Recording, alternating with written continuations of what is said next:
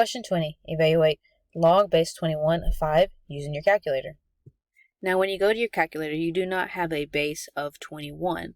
So what we need to do is use a change of base formula.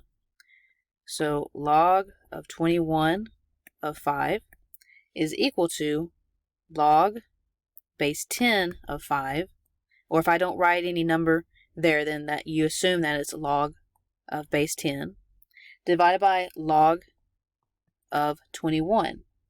You can also use natural log of 5 over natural log of 21. Okay, now when you hit this into your calculator, it should give you 0.5286. So our final answer should be 0.53.